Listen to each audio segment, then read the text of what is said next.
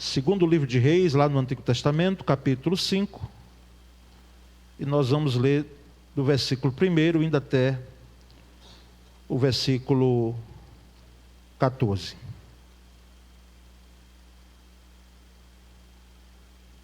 O tema dessa mensagem é uma vida restaurada. Uma vida restaurada.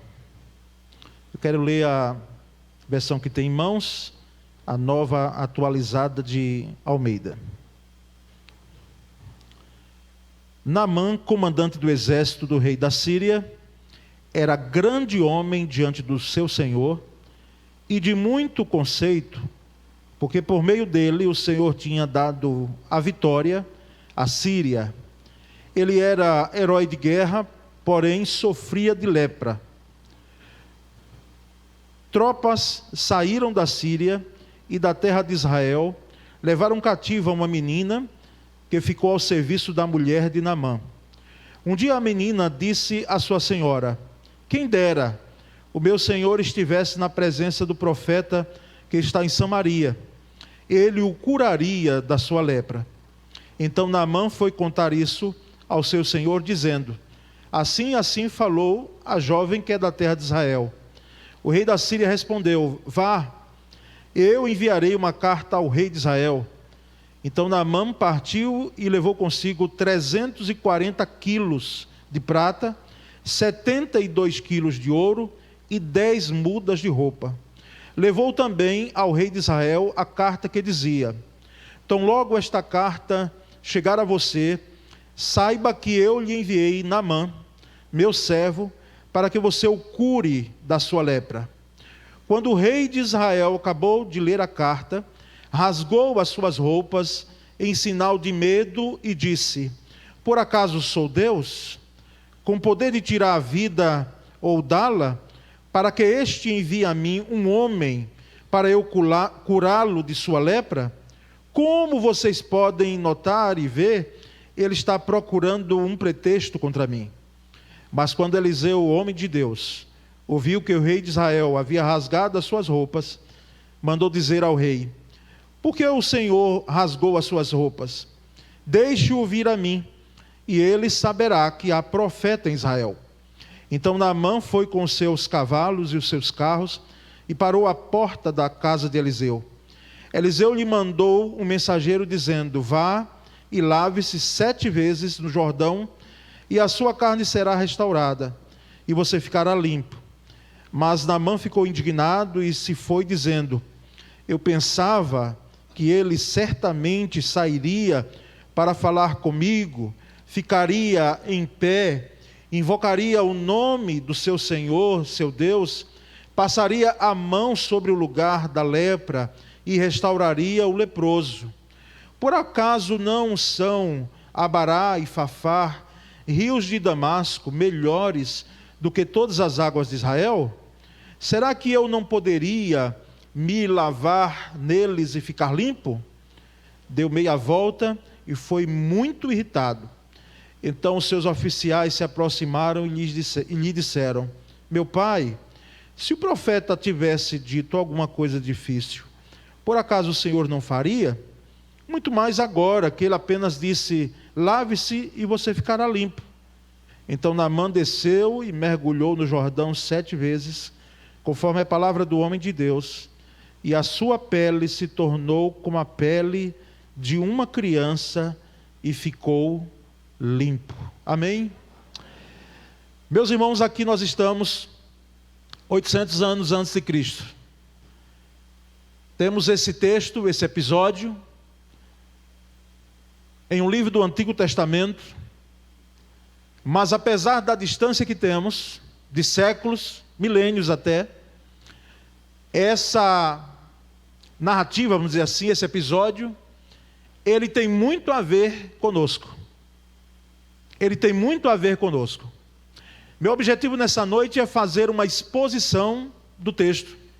O texto por si só fala, mas a tarefa do pregador é fazer com que aqui da Escritura nós possamos tirar algumas lições, suscitar alguns aspectos, para que possamos trazer a cada um de nós e sabermos que o episódio, de fato, ele tem um objetivo.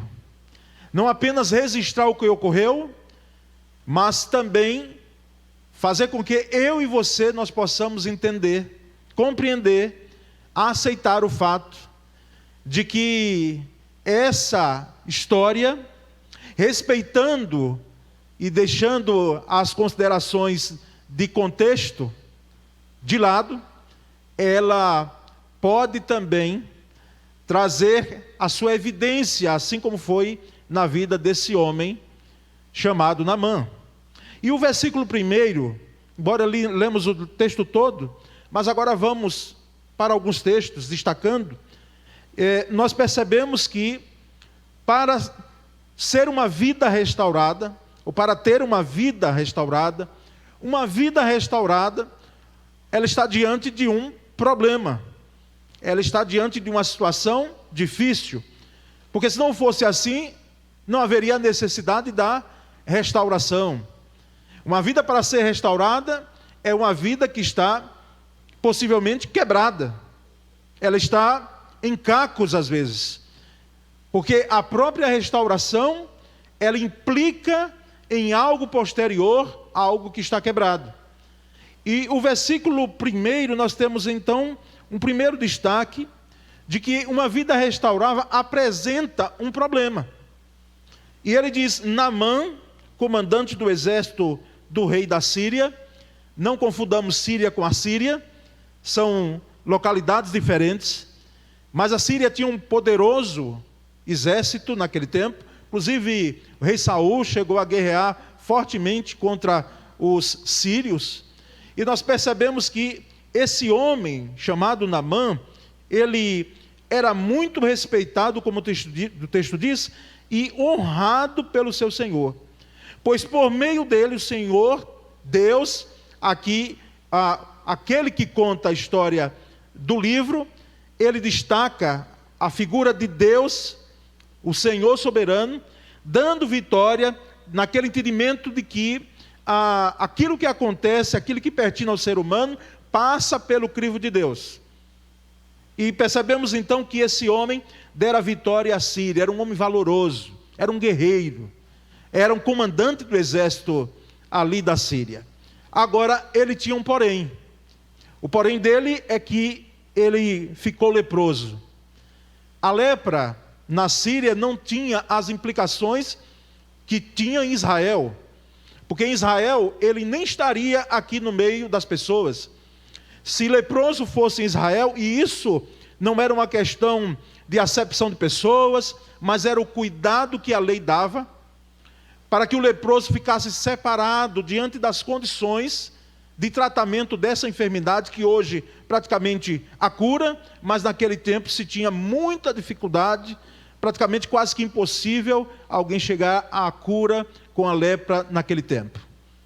Era um grande guerreiro, valoroso, valente, respeitado, honrado, porém leproso. E assim acontece conosco, ou com aquilo que nós conquistamos na vida, aquilo que galgamos, alguns prêmios conseguidos, quem sabe na área trabalhista, algum sucesso, muitas vitórias, porém temos um problema. E cada um sabe qual é o problema ou os problemas. O de Naamã estava muito claro, era a lepra.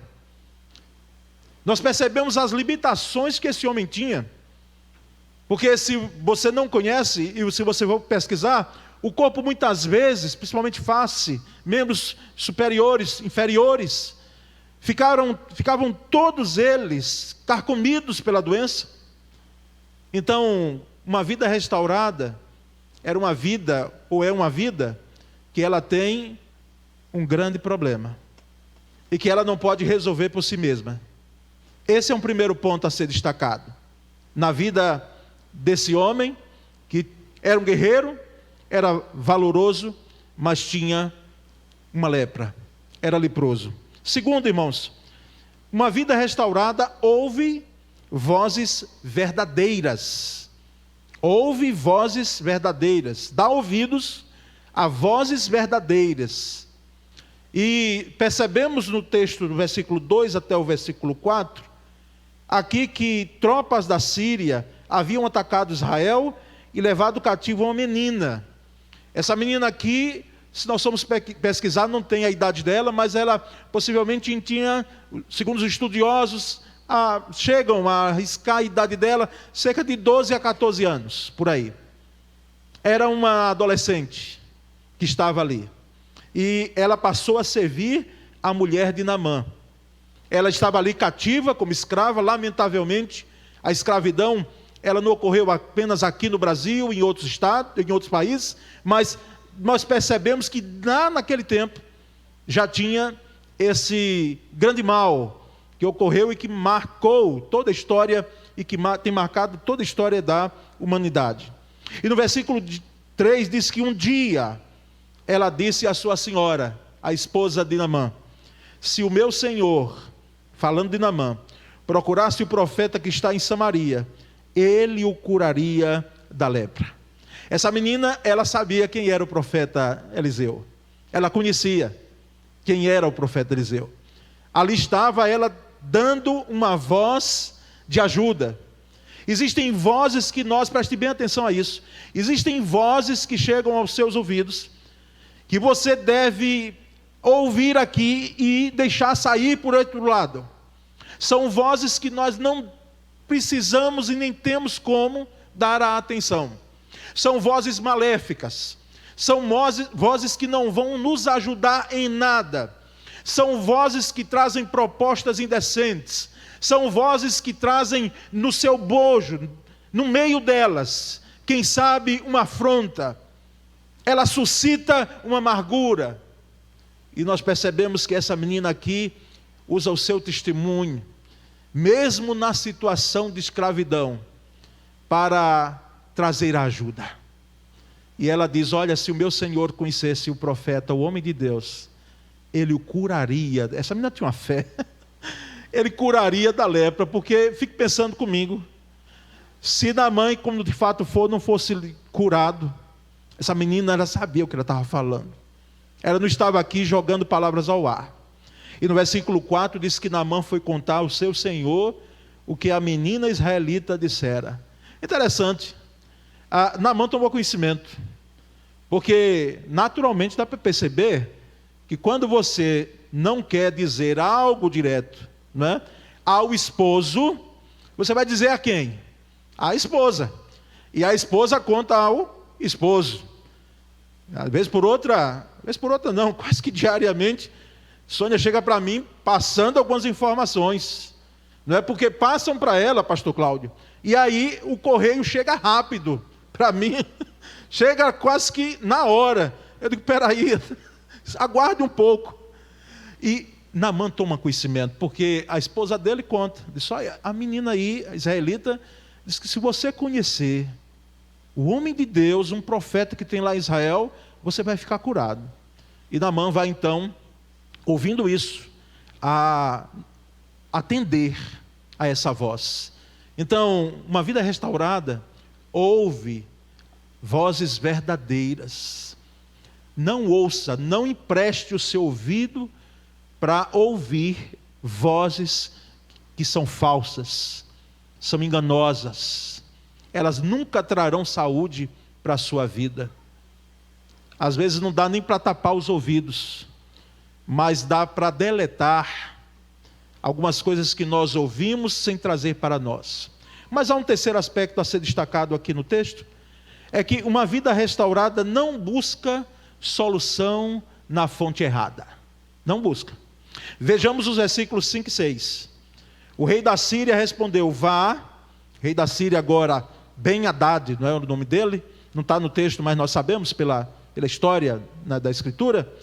Ben-Hadad disse: vá lá, vá, eu lhe darei uma carta que você entregará ao rei de Israel. Mas não era o profeta que, segundo a menina lá, é que traria a cura, seria o instrumento da cura? Como é que a carta, como é que a fonte a ser procurada seria o rei de Israel? Estava errado esse negócio. O rei de Israel aqui é Jorão. Jorão, ele reinou no Reino do Norte, não é para alunos de EBD e professores, lá por 12 anos. Jorão era filho de Jezabel, junto com, me lembre agora que deu um branco todo, mas quem é professor do... Acabe, pronto, Acabe, que bom, né? Pensei que vocês não iam saber, mas Acabe e Jezabel. O Jorão era filho desse casal. Não preciso tecer comentários, porque quem sabe Bíblia sabe que casal foi esse aí. E Jorão estava ali, manda essa carta, não é? Recebe, aliás, essa carta, e Naamã partiu, então, levando consigo 350 quilos de prata. Meu Deus, deve valer muito isso aqui, se for colocado, não é, em dinheiro, em moeda corrente. 72 quilos de ouro, Senhor Jesus. O grama do ouro já é caro. Você imagina 72 quilos de ouro e 10 mudas de roupas finas. As roupas finas eram caras. Não era para qualquer um vestir roupa. Até já adianto a você que não se trocava de roupa assim como nós trocamos, não é? E às vezes chegamos para um culto com uma roupa e chegamos para o culto da noite com outra roupa. Não, nesse tempo não. A mudança de roupa era muito rara, era quando acontecia algo excepcional. Por isso que a expressão bíblica lá, lavai as vossas vestes, lembra? Sempre quando Deus tinha algo a fazer, Ele dizia ao povo, através de Moisés, mais precisamente, dos líderes daquela época, lavai as vossas vestes. Ou seja, chegue todo mundo limpo, alinhado diante de mim. Ninguém chegue mal cheiroso diante do Senhor. E nós percebemos então que todo esse aparato de prata, de ouro, de roupas, eles são levados porque aqui há um engano muito grande, e alguns segmentos religiosos, as religiões pegam esse caminho, de que para se ter o favor de Deus, porque não era Eliseu que ia curar coisa nenhuma, era o Deus de Israel que cura, é Ele quem opera, é Ele quem faz milagres. O profeta era a ponte, é o instrumento. Por isso que não existe pastor com oração poderosa, não. Existe pastor que ora quando ele é homem de Deus, e o milagre acontece pela misericórdia e graça de Deus quando Deus quer. Mas não existe essa questão de você querer comprar bênção, de você querer comprar cura. Isso, lamentavelmente, nós temos visto aí em segmentos religiosos que têm feito um negócio com o Evangelho.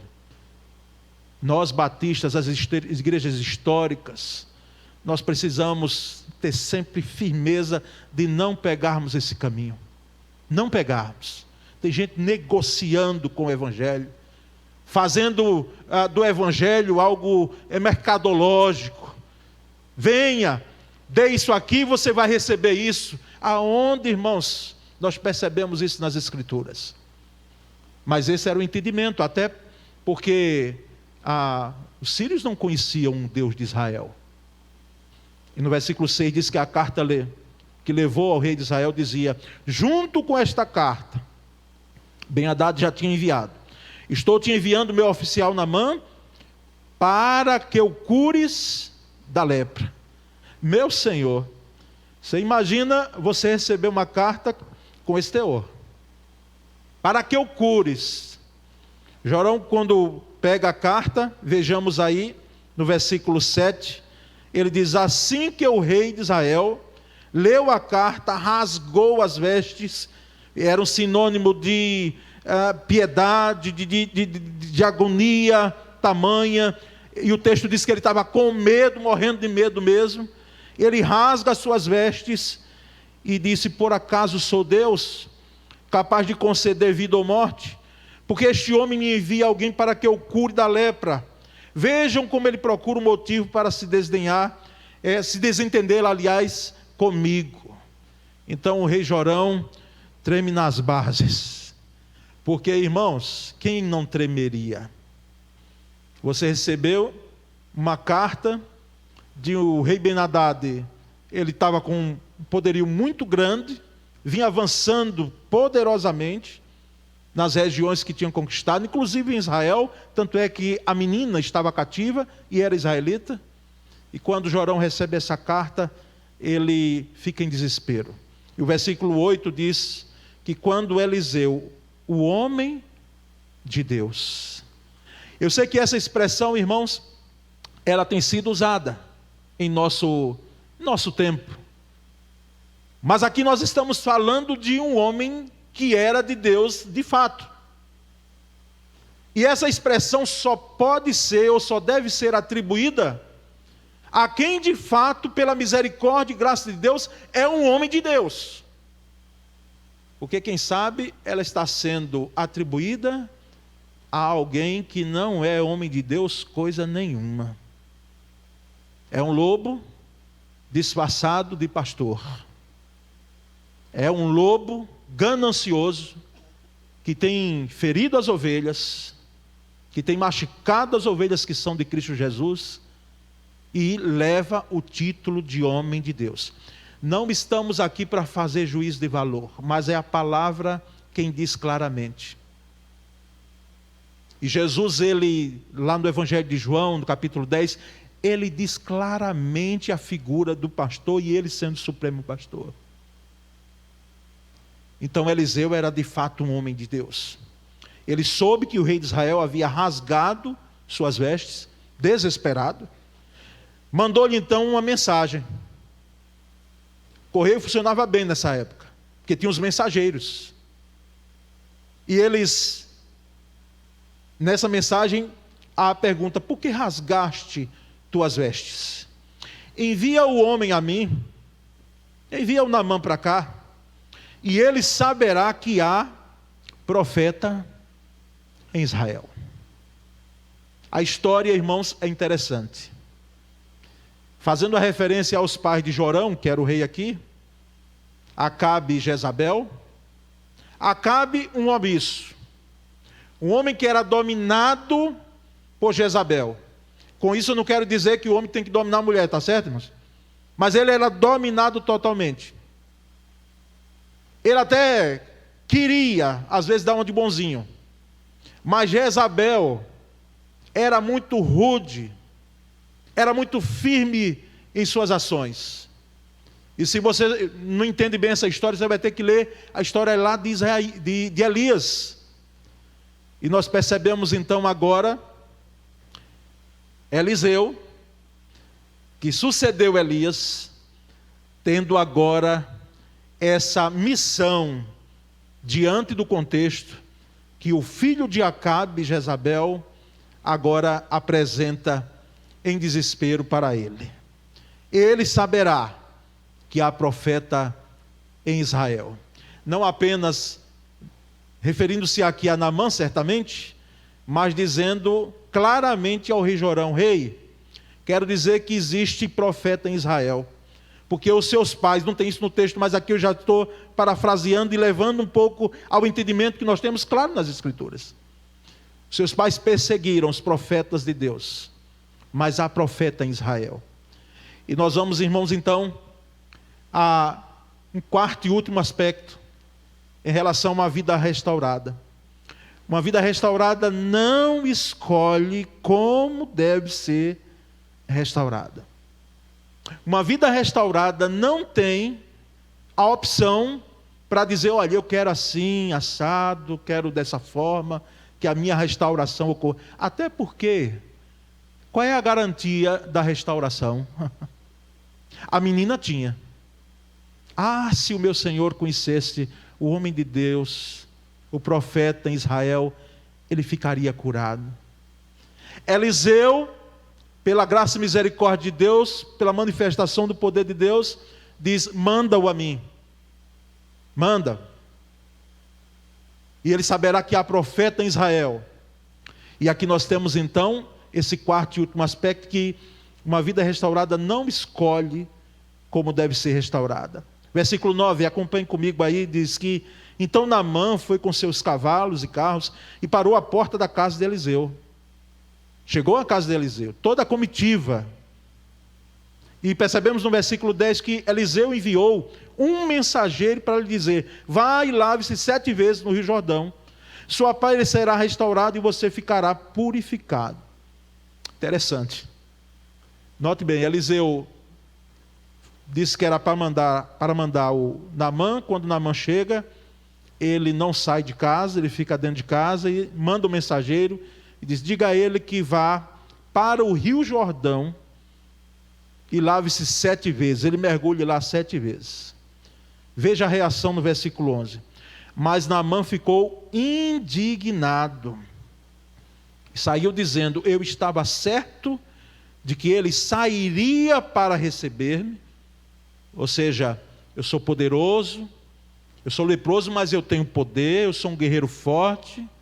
Eu vim aqui com a comitiva, estou trazendo aqui presentes, estou trazendo aqui prata, ouro, roupas, e esse homem nem sai para me receber?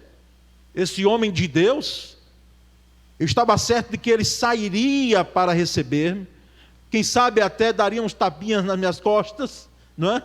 Me receberia, o texto diz, invocaria de pé o nome do Senhor seu Deus, e moveria a mão sobre o lugar afetado, e me curaria da lepra. Ou seja, ele já foi com o cenário pronto do que deveria acontecer, segundo ele, segundo Naamã. Mas uma vida restaurada não escolhe como deve ser restaurada, porque Deus tem os seus meios que são muitas e muitas vezes diferentes dos nossos. Às vezes, como Naamã, algumas pessoas querem um espetáculo. Espetáculo. Querem ser paparicadas. Querem que o ego seja massageado. Querem que, muitas vezes, e aqui não há uma falta de educação, em hipótese alguma, do profeta Eliseu. Porque não era a cura que Naamã estava atrás, então não tinha porquê. Se o profeta saísse, tudo bem. Mas ele deu a ordem, o caminho, e que deveria ser cumprido. E nós percebemos então no versículo 12, note comigo.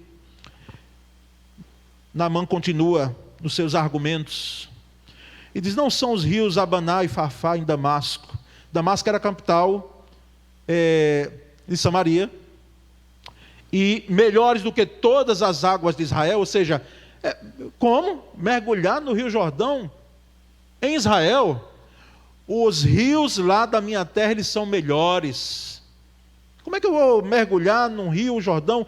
E os comentaristas dizem, se você já esteve lá em Israel, diz que há um tempo que as águas do Rio Jordão, dependendo do mover de águas ali, dependendo da localidade, as águas elas são barrentas. Elas não são tão límpidas, não tão claras. E quem sabe foi nessa localidade que Naamã mergulhou. Mas ele argumenta, não são melhores os rios do meu local, do meu país? Como é que eu vou me submeter a mergulhar em rios de Israel? Tem gente, irmãos, a palavra etnocentrismo, né? Que a gente sabe muito bem, muitas vezes ocorre. Porque há, infelizmente, ainda alguém que tem um preconceito. Preconceito, às vezes, com o nordestino, quando se chega ao sul do país. Preconceito com o brasileiro, quando se chega em outros países. Embora alguém pode dizer assim, não, eu fui bem recebido. Sim, pode ser. Que bom. Mas a gente também tem ouvido de preconceitos. São melhores. Minha terra não são melhores. É claro que nós devemos defender aquilo que nós usufruímos, a nossa terra, mas isso sem desmerecer as outras. Veja o final do versículo 12. Será que não poderia lavar-me neles e ser purificado, desses rios lá de Damasco? Então foi embora dali furioso. Furioso. A história, se terminasse aqui, pronto, esse homem não ficaria curado em hipótese alguma. Porque quem deseja ser curado, precisa entender que a cura, a restauração, não vem segundo o seu entendimento, o seu querer. Vem segundo o agir de Deus. Porque Deus restaura a quem quer, quando quer, no momento que quiser. É Ele que faz isso. E o versículo 13 diz que os seus servos, como é bom ter servos, como é bom ter auxiliares ali, com vozes sábias, não é? Mas os seus servos lhe disseram, meu pai, era a forma de dizer, não é? Meu pai era um homem valoroso, era um guerreiro, honroso. Se o profeta lhe tivesse pedido alguma coisa difícil, o Senhor não faria? Quanto mais quando ele apenas lhe diz para que se lave, seja purificado. É interessante, tem gente que prefere o mais difícil. E se você argumenta, não pastor, o mais difícil, às vezes é o melhor, né? Em questões espirituais, meu querido, não acontece desse jeito. Muitas vezes nós queremos complicar a situação. A coisa é tão simples para que aconteça. E nós mesmos, com as nossas atitudes, com os nossos argumentos, nós complicamos a situação. E aí o versículo 14, último, note bem. Assim, ele ouvindo, graças a Deus, esse homem saiu do orgulho dele. Como nós devemos sair muitas vezes do nosso orgulho. Às vezes nós somos orgulhosos. Não vou me dobrar não. Quero ver o que é que vai acontecer. O que pode acontecer é você não ser restaurado em áreas na sua vida. Dentre elas a do orgulho. Não se dobre não. Tenha cerviz dura. Isso é lá coisa de crente, irmãos. Assim ele desceu ao Jordão e mergulhou 7 vezes. Por que 7 vezes? Aqui, por mais argumento, ele diz, não, 7 é o número de Deus, é o nome de plenitude. Não, o profeta disse. E o profeta não dizia em vão, sabe? O profeta era a boca de Deus para Naamã. Então ele recebia do Senhor e era um menino, como disse o pastor Jabicílio, um menino de recado. E é o que nós somos também, pastores. A mensagem não é nossa. Nós não elaboramos mensagem, não inventamos mensagem, não.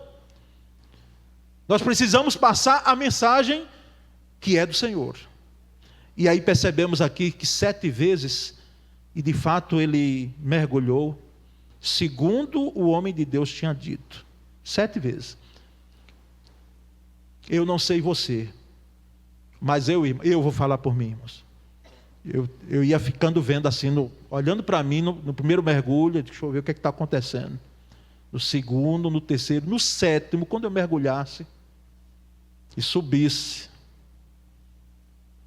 e percebesse claramente que se cumpriu o que o homem de Deus tinha dito. Nós percebemos que no final do versículo 14 diz que ele foi purificado. Sua pele tornou-se como a de uma criança, meu Senhor. Como a de uma criança. Eu fui buscar aqui que criança era essa. Já vi um bebê, a pele dele.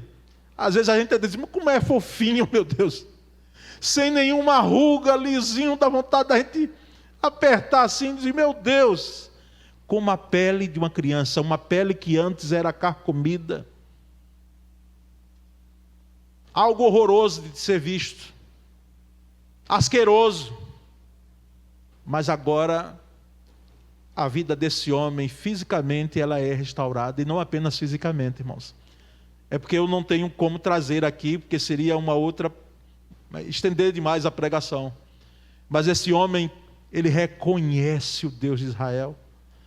Quando ele percebeu que estava sendo curado, e veja bem, ele também teve fé, embora com as vozes ali, embora irritado estava, mas ele se dobrou. E ele mergulhou. E ele disse, eu agora sei que existe Deus em Israel. Ele atribui glória, não é o Eliseu, mas ele atribui glória ao Deus de Eliseu. Ao Deus de Israel. Diz os versículos seguintes. E ele ficou restaurado. Ele ficou restaurado. Após cerca de 800 anos, irmãos, uma judia chamada Maria, mãe de Jesus, com aproximadamente 12 a 14 anos, era essa mais ou menos a idade que Maria tinha.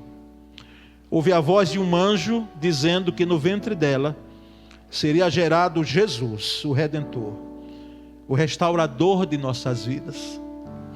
A promessa foi cumprida, Jesus nasceu, cresceu, e dos 12 aos 30 anos de idade, não temos informação detalhada sobre este filho do carpinteiro. Mas aos 30 anos de idade, ele vai ao Rio Jordão para ser batizado por João Batista. E este, quando o vê, ele diz: eis, João Batista dizendo, eis o Cordeiro de Deus, que tira o pecado do mundo, apontando para Jesus. Jesus é batizado por João no Rio Jordão. Ouve-se a voz do Pai, dizendo: este é o meu Filho amado, em quem me comprazo, em quem me alegro. E a narrativa de Marcos diz que o Espírito, dos Evangelhos, diz que o Espírito de Deus ali estava presente em forma corpórea de uma pomba. E quando Jesus saiu do Rio Jordão, ele iniciou o seu ministério restaurando vidas, assim então como Naamã foi restaurado pelo poder de Deus, reconhecido por ele. Deus hoje, ele restaura a sua vida, ele restaura o seu coração, a sua vida. Não apenas cremos que Deus tem o poder de restaurar fisicamente quando quer curar, mas cremos também plenamente que ele restaura as chagas da alma, as feridas do coração. Ele restaura, ele traz vida. E a nossa vida é uma nova vida. E a nossa vida, ela jamais é a mesma quando Jesus restaura a gente. O Deus de Israel, que cura, restaura, como Ele quer, quando quer, onde quer, a quem quer, está aqui presente nessa noite. Ele tem visto as chagas da sua vida, as feridas do seu coração, e Ele tem poder para lhe restaurar. Ele tem poder para lhe tornar limpo. O Jesus, Cordeiro que tira o pecado do mundo, no mesmo cenário, Rio Jordão, ele saiu cumprindo o seu ministério, e o seu ministério se estende até hoje, de poder e de graça, para restaurar a sua vida nessa noite. Nós vamos estar entoando um cântico, que vai ser dito aqui. E eu gostaria que, independentemente da situação, se você é crente, se você não é evangélico, mas que você precisa, você necessita, você tem um problema. Uma vida restaurada precisa ter um problema ou problemas para ser restaurado. Você tem no seu coração, na sua vida, feridas que só Jesus pode torná-lo limpo, pode cicatrizar, assim como fez com Naamã. E quando estivermos cantando, se você quiser sair do seu lugar, vir aqui, eu quero estar aqui à frente para receber você e nós orarmos juntos com a igreja. Não tenha receio, não tenha vergonha, não é, de vir, se assim você entender. Queremos estar aqui com você. Aleluia, glória a Deus. Ainda dá para vir. Venha. Se você quiser, venha aqui à frente. Quando a gente vem aqui é mais do que vir à frente. É um passo. Eu entendo sempre como um passo. Uma atitude, uma decisão. De forma que alguém que está aqui à frente, que ainda não recebeu esse Jesus que tem poder para restaurar uma vida, receba agora. Em nome de Jesus, receba agora. Sua vida jamais será a mesma. Jamais. É uma novidade de vida, é uma nova vida em Cristo Jesus. E a você, meu irmão, que confessa esse Jesus maravilhoso, esse Jesus que tem o poder de curar, de restaurar uma vida, sarar as feridas dos nossos corações, que Ele nessa noite possa fazer mudar a trajetória que já ocorreu até aqui. Senhor Deus, nós levantamos nossa voz nesse momento para clamar ao Senhor. Nós não estamos aqui, Senhor, para determinar nada. Não, jamais, em hipótese alguma, entendemos que as coisas devem acontecer segundo o nosso querer, como Naamã pensava. Ó Deus, porque em nós não há mérito algum, Senhor. Faz com que, Senhor, o orgulho dos nossos corações sejam quebrados pela autoridade do Teu poder, a autoridade da palavra do Senhor, para que possamos ser obedientes ao mandar 7 vezes, e nós possamos, ó Deus, ser obedientes a essa ordem. E nós sabemos, ó Deus, o quanto o Senhor é poderoso, o quanto o Senhor é poderoso para fazer com que vidas sejam restauradas nessa noite. Nós, ó Deus, cremos que vidas estão sendo restauradas aqui, neste lugar. Estão sendo saradas, curadas. Feridas que existem nos corações e nas vidas estão sendo agora, pelo Teu poder, cicatrizadas. Há agora um bálsamo sendo derramado em cada chaga, em cada ferida, e ficará só a cicatriz. A dor irá embora, porque toda a dor é dissipada quando o Senhor ordena, quando o Senhor restaura. Ó Deus bendito, muito obrigado, porque nós sabemos, ó Senhor, que nessa noite vidas foram restauradas pela manifestação do Teu poder. O Deus de Israel, que é de todas as nações agora, que é o nosso Deus, Ele aqui está presente, e Ele é digno de toda honra e todo louvor. Nós oramos em o nome de Cristo Jesus. Amém.